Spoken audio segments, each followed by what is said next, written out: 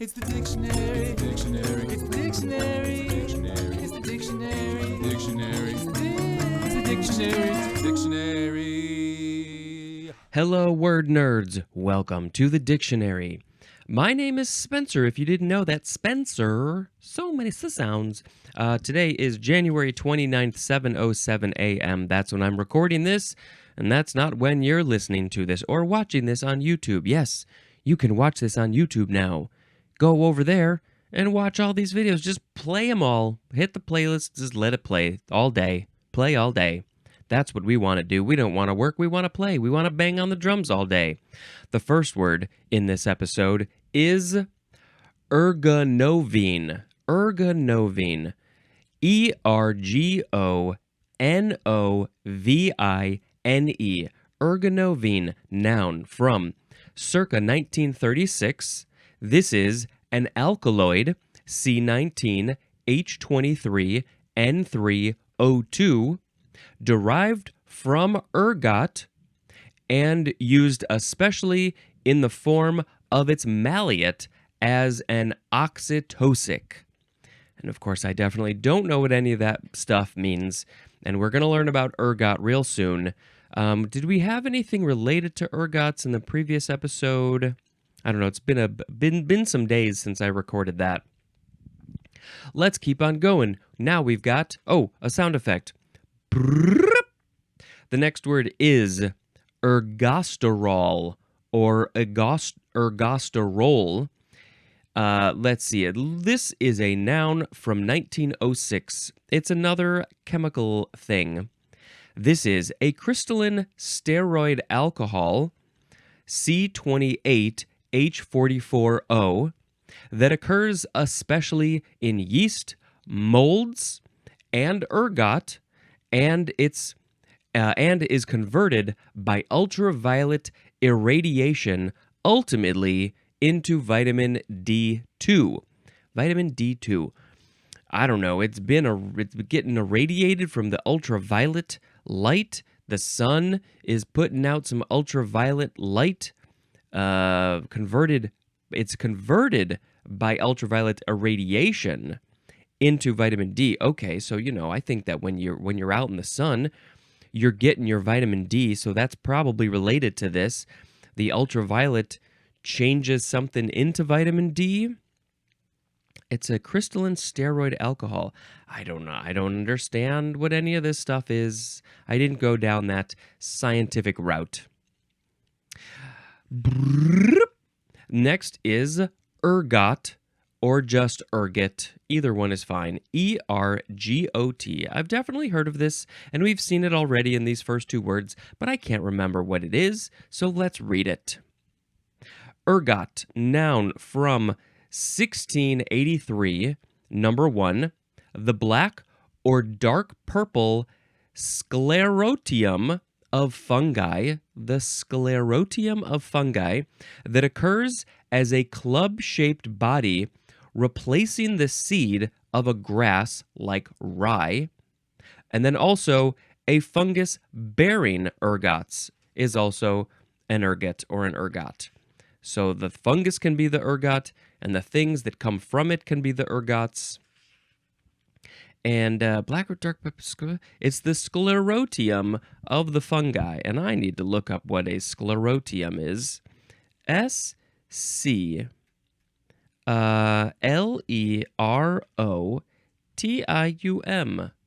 I'm just going to say it's sclerotium.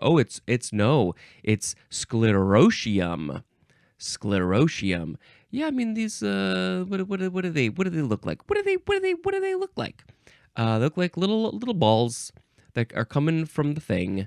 They don't, not necessarily, but these are just something.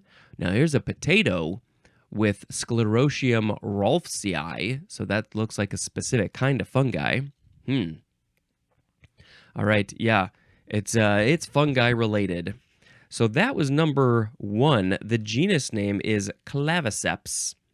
Number 2, a disease of rye and other cereals caused by an ergot fungus. An ergot fungus. Number 3A, the dried sclerotia of an ergot fungus grown on rye and containing several alkaloids. Examples of those would be, I don't know, just the first word in this episode, ergonovine, and then also another example, which is it the next word, ergotamine. So those ergonovine and ergotamine are alkaloids that are that are part of this ergot thing. Yeah. Number 3B. Any of such alkaloids used medicinally for their contractile effect on smooth muscle, and examples would be of the uterus and or blood vessels. So I guess so it's going to contract the blood vessels, contract the uterus. I wonder, like, if you're going through pregnancy and labor, and maybe it's like, the baby's late, the uterus isn't contracting to push the baby out as much as we would like it to at this point in time, then maybe if you take some ergot, it's going to contract the uterus, or maybe contract the blood vessels. Maybe, I don't know, is it related to high blood pressure? Why don't I put a link in the show notes for ergot? And it's probably going to talk about the medicinal things and how it's used and other stuff about it. And you can see some pictures of ergot. Yeah, definitely heard of it. I mean, I assume that this is something that people maybe have in their medicine cabinet if they want some to contract, some muscles to contract. The name, let's say ergotic, that is an adjective. The name is a French word. They would probably pronounce it ergot. It literally means cock's spur. The spur of a cock. I assume we're talking about a chicken. A clucky chicken. The spur, I don't know. It probably has something to do with how it looks. Let's look up some images. Maybe I'll put some pictures of ergot on the social media. Well, I'm seeing a lot of pictures of like cereals and rye, stuff that looks like wheat. So I probably often, yeah. Okay, I'm seeing that's ergot on rye. It looks like a tiny little overripe banana coming off of the stalk of the wheat or the rye. And it's just this like cylindrical, long, dark thing, and it's small. It's very small. It's probably like the length of one or two of your fingernails or something. So it's a pretty easy to spot when you see it. I don't know what they do to get rid of this, but it's some dark, long, skinny things. Okay, now I know what ergot looks like. That's helpful. Here is ergotamine. This was one of those alkaloids. Sorry, my nose is itching. Ergotamine, noun from 1921. An alkaloid, C33H35N5O5, derived from ergot, that is used chiefly in the form of its tartrate, especially in treating migraine. Oh, okay, so that's another place that you can use this ergot stuff, specifically this ergotamine. I wonder if this is the brain contracting in any way. What's going on? Is it the blood vessels that are contracting, or is it something totally unrelated to contracting? Ergotamine, sometimes used for migraines. So glad I don't get those. Woo!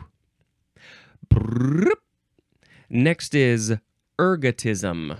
Ergotism. Is this the religion where you just love ergot? I don't know. This is noun from circa 1841, a toxic condition produced by eating grain products as rye bread, or grasses infected with ergot fungus, or by chronic excessive use of an ergot drug. So, yeah, this is a disease, a condition that you can get into your body when you are consuming too much ergot. That's basically what it is. You got too much ergot, you can get this ergotism. So, keep your intake limited, everything in moderation. But too much ergot is going to give you the ergotism. And yes, specifically, we're talking about cereals, grasses, rye. It seems most common that it occurs in rye. So if you're eating rye bread and they didn't get rid of the ergot, that is unacceptable. Then you could get this. Or if you got lots of migraines and you're taking this ergotamine, maybe that's another time. If you got some other things, you're like, oh, I just love the taste of these ergot pills. I'm just pounding them all the time. And then before you know it, you got the ergotism. It doesn't say what it does, how it affects you exactly, but I have to imagine that this is probably not one of those things that people these days are experiencing. But, I guess if maybe in some more rural areas, if people are eating a lot of grasses and rye, then maybe you just got to check. You got to check your stuff for these black things, these little tiny black bananas, overripe black bananas. Brrr. Next is ergotized. Ergotized. Yep, adjective from 1860. Oh, I've been ergotized. I got turned into an ergot. Although I think we need to start calling it ergot, because that seems more French. Ergotized is infected with ergot, as in ergotized grain. The ergot ergotized the grain. Also, poisoned by ergot. Yes, it will poison you if you have too much of it. Maybe a little bit is okay, but yeah, too much, it's bad. As in ergotized cattle. So, people with farms with rye and other grasses and cereals, and who also have animals who make graze on those things, they got to check their rye for this ergot all the time, every day. They got to check for it. Because they don't want their cattle to get ergotized, because then they're going to get sick. It's poisoned, and then they're going to have the ergotism. Facts. Facts, man. Facts. All right, we're done with ergot. Next is Erica. Now, if it were a name, it would be a capital E, but it's not somebody's name. But it is a name, but it's not a name. Here, there's no capital letters. This one is a noun from 1826. Any of a large genus, which is also Erica, that one does have a capital letter, of evergreen. It's a large genus of evergreen, chiefly African plants of the heath family, ranging from low shrubs to small trees, and it's called Erica. So why is it called Erica? Well, let's see. It is from the Latin word how did they say this word? ERICE. Ericae. Was the C a k sound? I think it might have been Ericae, maybe, which means heather. From the Greek erike, which doesn't say what it means, but it probably also means heather. And then there's more with the word briar. I don't know, is briar a kind of Erica? It's funny that Erica means heather, and they both became names, Erica and Heather. I don't know, should we put a picture of this Erica on the social media, this evergreen plant, low shrub, or small trees? That's what it is, Erica. I don't think I've ever heard of this one. Boo. Nope, that's not the sound effect. The sound effect is brrrr. Next is ericaceous. Erica, and then CEOUS. Ericaceous. Adjective from circa 1859. Of relating to or being a heath or the heath family. So anything that's related to heaths, and I guess heather, I don't know enough about what those things are. They're ericaceous. Brrrr. Next is Iroquois. Yeah, Iroquois. ERICOID. Adjective from 1848. Resembling heath. As in Iroquois foliage. Oh, that foliage, it looks like Heath Ledger, but it's not Heath Ledger, so it's Iroquois. Yep. It's just similar, looks similar to these plants, Iroquois. What are these plants if they're not erica or ericaceous? They're just Iroquois. Next is Erie. This is capital E, R-I-E. It is not with the double E because that's like the ooh, creepy, cool Erie. This is different Erie. Noun from circa 1909. 1. A member of an American Indian people living south of Lake Erie in the 17th century. Well, before the 17th century, where were they living? Probably around that area, I would assume, but also maybe they got pushed west. That's very possible. So that's why Lake Erie is called Lake Erie, because it's named after the people who were, maybe they called it Lake Erie. I don't know. It's our lake. We're the Erie people, and so that's our lake. I don't know who named it. Number 2. This is the extinct and probably Iroquoian language of the Erie people. Probably Iroquoian language. We don't know. I don't know. Are there Erie people still around? And I want to look up. Oh, there's that map that's like. It's the map of America, and it shows different overlapping colors of all the different sort of American Indian tribes and where they lived. Where did Erie people live? And I want to see a visual of this so I can tell you the southeast end of Lake Erie. Today, the region is Ohio, western New York, and northwestern Pennsylvania. Well, this map doesn't have state lines, but yes, like I said, like it told me, Ohio. So if you're in Ohio, you are living where the Erie people used to live. Western New York and northwestern Pennsylvania. I feel like there's a chunk missing there, but maybe not. I guess maybe it goes over. I don't know. Yeah, that's the Erie people. I'll put a link in the show notes for the Erie people. Okay. Let's see. The etymology says this is American French, Erie, or Erie, which is modified of the Huron word erironon, which just means the Erie people. So I guess they called themselves Erie or Erironon, not entirely sure, and then it just became Erie. But it's American French, but it's their own word. It's the people who, it's not the French, I don't know. Those Native American names, and I still don't know what's the proper term these days to use. Native American, American Indian, something else. They are indigenous. Indian has a lot of connotations, but they are indigenous. That's where the word comes from. They are native. They were the original native people of this land that we now call America, but it didn't used to be. Yeah. Okay. Next is Erigeron. Erigeron. E-R-I-G-E-R-O-N. Noun from 1601. Erigeron.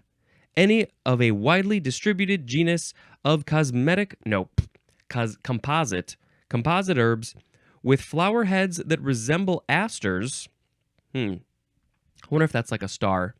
But have fewer and narrower involucral bracts. And you plant people know what those words mean.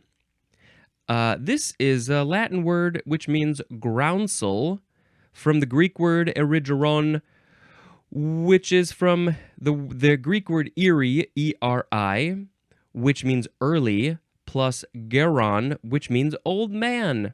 Oh, that old man, he's getting up early. He's getting up at 3 a.m. with their erigeron flowers. Are they flowers? Herbs. They're herbs with flower heads. Let's see. Okay, so it's Erie, which is early, plus geron, which means old man, which is from the hoary down of some species. And hoary is H-O-A-R-Y. The hoary down of some species. I don't know at all what that means. But there's more. There's more at the word ere, E-R-E, which means before, like early, and then also the prefix geront, G-E-R-O-N-T, which I am assuming means something about old people. Isn't like gerontology something and gerontotics? I don't know if that's a word. Okay, so yeah, it's an herb called erigeron. Why it's somehow related to early old man, I don't know. Next is Erinus or Erinus. Erinus. Capital E-R-I-N-Y-S. This is a noun from 1567. The synonym is the 2A definition for the word fury, like I am so furious. Isn't there's I feel like there's movies. There was the Fast and the Furries. The Fast, that would be a fun spoof. The Fast and the Furries. And then there was something else about like the cartoon animals, something, I don't know. Fury, anger, right? Erinus. It just says Greek. That's all it says. Something about fury. It's capital E, so you'd think it would be, I don't know, maybe a Greek god or goddess that's just pissed off all the time. I don't know. Next is Eriophiid. Eriophiid or Eriophiid. Spelled E-R-I-O-P-H-Y-I-D. Eriophiid. Sure. This is a noun from 1942.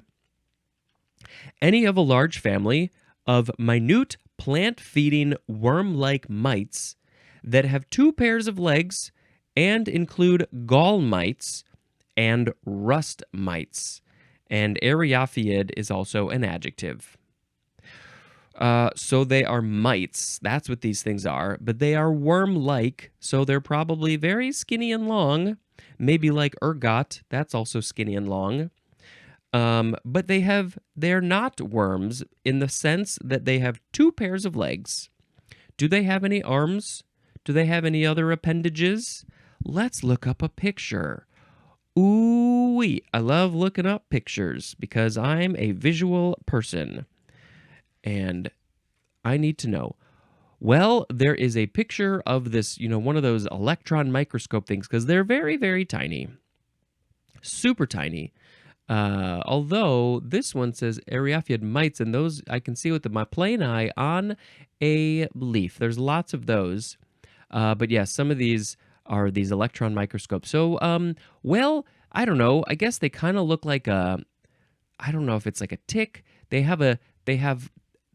got this head thing, and they have a couple of legs in the front, and then their body, they kind of look like, if you've ever seen the movie Tremors, they look a little bit like that. They have this sort of scaly body that goes sort of like a slug shape also, and then it just sort of comes to a bulbous point at the end. They look kind of scaly, look a little bit like shrimp. I don't know, they look like a lot of things. Has 4 legs at the front end, 2 on each side, and then yeah, they just got this body that's just like blah blah blah blah blah blah blah. That's what it is. Huh. Okay. Good to see. Good to see you, Eriophiids. The name is from the Greek word erion, which means wool, like sheep wool, plus phai, which means growth. So maybe they thought that they grew on wool, or they did grow on wool. Akin to the Greek word physis, which means growth, and there's more at the word physics. What was there any other interesting information? They're tiny. They eat plants. They're kind of like worms because they just have a couple of legs in the front. And gall mites and rust mites, those are Eriophiids or Eriophiids. Okay. Brrrah. Next is Eris, capital E-R-I-S. And in Chicago, there is a great restaurant and cidery called Eris. And there's good stuff. It's in an old bank. It's a really cool place, and they got great food, and they have a bunch of vegan options, which I very much appreciate. And they got great ciders. And they're named after this. What's we gonna read? Eris. Noun from 2006. 2006? That seems wrong. Why 2006? This is. Oh, I see. Okay. Not what I was thinking, but we'll get there. We'll get there. This is a dwarf planet with a mean distance from the sun of 67 astronomical units, which is about 6.2 billion miles, and a diameter of 1,500 miles, which is 2,400 kilometers. So it's a dwarf planet. It is in our solar system. It's not one of the ones that we talk about very much, so a lot of people don't know about it. I guess it wasn't named until 2006. Is that possible? Is that correct? We'll put a link in the show notes for Eris. So it's average distance. You know, they have these like oval, elliptical orbits around the sun, all the planets and the dwarf planets and stuff. So the average distance is 67 astronomical units away from the sun. An astronomical unit, I think, is it the distance that Earth is away? Because, of course, the Earth is the center of everything. So we have to do all of our math and everything, all of our units based on Earth stuff. So I think an astronomical unit might be one Earth. It's 6.2 billion miles away. That's the average distance. So it's far. It's very far. And the diameter is 1,500 miles. That's the diameter of this thing. What's the diameter of Earth? You know, we got to know diameter of Earth. So we know this will help us give us some relation, some connection. The diameter of Earth is almost 8,000 miles. So that's quite a bit bigger. What is that? 5 over 5 times the diameter. So that's why Earth is a planet, but Eris is a dwarf planet. And Eris is named after the ancient Greek goddess of strife. And why they thought it would be a good idea to name a dwarf planet after the goddess of strife, I'm not sure. On that same note, why did Eris the restaurant name themselves after the goddess of strife? I do know that it is a woman-owned and run restaurant, so I think that's why they chose the goddess. I'm not entirely sure how strife is connected into all this, but, you know, she could have been the goddess of other stuff too. Let's see. Let's do a quick little look. Because they tend to be the things of, like, the god or the goddess of lots of things. Oh, also discord. Okay. Interesting. Well, you know, I could think of maybe like, oh, we want to break up the patriarchy. We want to bring some strife to that, and that could be a good reason. I could see that. All right. Yeah, let's put a link in the show notes for Eris, the goddess of strife and discord, and also the planet, the dwarf planet. Yeah. Okay, one more word for this episode.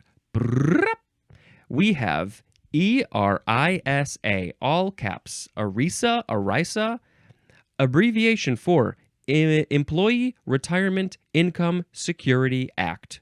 Employee Retirement Income Security Act. So I guess this is something about making sure that you make money when you retire.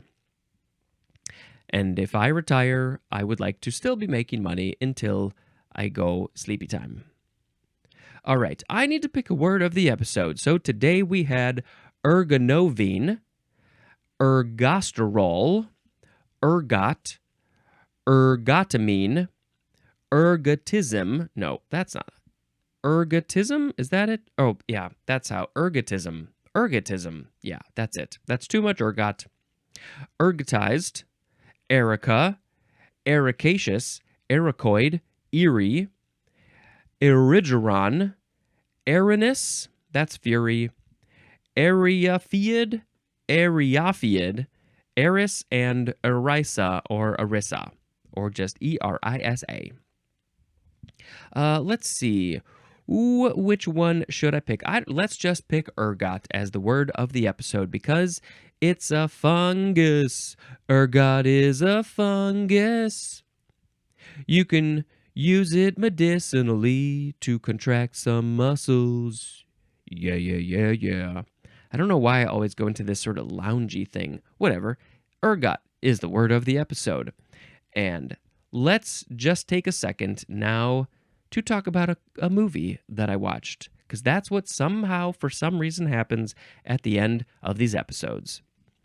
I believe I left off with, I think Fire Island was the last one I mentioned. Teacher's Lounge. See, I post these on my social media, Speed Jampar, and so I get sort of confused sometimes. I need to take, I've been keeping good records, but I got to take better records. Teacher's Lounge is about, it gets intense, and it's about some stuff that happens mostly centered around a teacher's lounge in a school. I think it's in Germany, and it has moments that are kind of like uncut gems. They're like real intense and exciting and nerve-wracking, and all in a school. Worth a watch. Mostly in German. There's a little bit of other languages too. And so that's good. It's a good movie, and you should watch it.